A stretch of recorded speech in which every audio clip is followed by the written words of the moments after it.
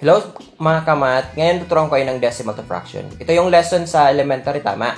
So, gagawin natin una.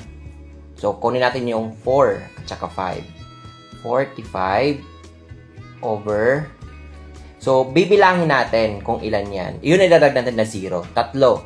Ibig sabihin, dadagdag natin ng tatlo yung, ng 0 yung 1. Next, ano yung pwedeng i-divide natin sa 45 and 1,000? Walang iba kundi 5. Okay? So, 45 divided by 5, the answer is 9. So, 1,000 divided by 5, the answer is 200. So, the answer is 9 over 200. Next, yung whole number na nasa unahan, lagay natin.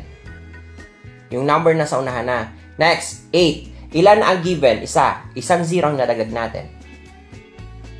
Next, ano yung pwedeng i-divide naman natin sa 8 at saka 10? Walang iba kundi 2. So, 8 divided by 2, the answer is 4. So, 10 divided by 2, the answer is 5. Then, copy natin yung whole number. Yun din, 1 and 4 over 5. Next, kunin natin yung 5. Then, copy natin yung 2. Ilan ang may sa kabila na given? Dalawa. Kaya, magdadag tayo ng 0, dalawa. Then, ano naman ang pwedeng i-divide natin sa 2 and 100? Walang iba kundi 2. So, 2 divided by 2, the answer is 1. So, 100 divided by 2, the answer is 50. Kunin natin yung 5. So, the answer is 5 and 1 over 50. Next, yung 1.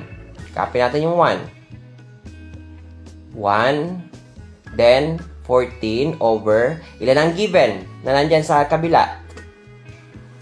Dalawa. Kaya dalawang 0 ang dagdag natin. Next, ano naman ang pwedeng i-divide sa 14 and 100? Walang iba kundi 2 ulit. So, 14 divided by 2, the answer is 7. 100 divided by 2, the answer is 50. Tama. Next, kunin natin yung 1 ulit. 1. So, the answer is 1 and 7 over 50. Next, dahil 0 nandun, wag natin lalagay. So, 25 over, ilan ang given? Dalawa. So, 1, 2, 3. Ay, 2. Sorry, 2. Next, ano naman pwedeng divide? Walang iba, kundi 25 lang naman. So, 25 divided by 25, the answer is 1. Then, 100 divided by 25, the answer is 4. So, the answer is 1 over 4. 0.5. Walang number sa 0 lang. Huwag nang kopyahin. So, 5 over, isa lang naman ang given, kaya 10. Dagdag tayo ng isang 0. Then, ano pwedeng divide? Walang iba, kundi 5. 5 divided by 5, the answer is 1. So, 10 divided by 5, the answer is 2. So, the answer is 1/2. Next, 3 over 9, ay 3.9. Sagutan nyo na lang po. Try ninyo. And then, i-comment ninyo po. I-comment nyo dito sa comment section ko. Thank you!